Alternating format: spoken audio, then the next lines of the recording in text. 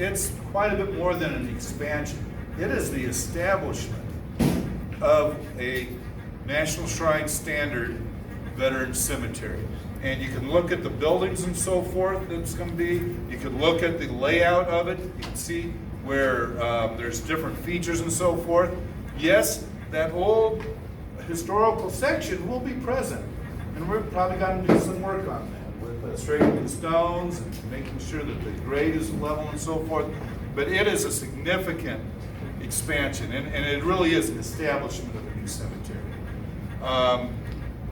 And the last point I would like to make is, of course, that jar over there, and the work that the Hall County has taken the lead with the City of Grand Island and the Hero Flight Committee is raising the funds to help make this a reality. I'm going to explain that just a little bit. This is a $7.5 million project. The federal government says, okay, you need to certify, state of Nebraska, that 10% of those funds of the cost is in the bank. You got to certify that. So I have to have in an account $750,000 so they can pull the trigger and start going to work.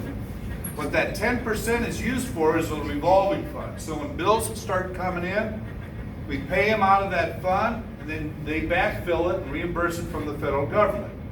So at the end of this project of $7.5 million, you're going to have $750,000 left over in that fund.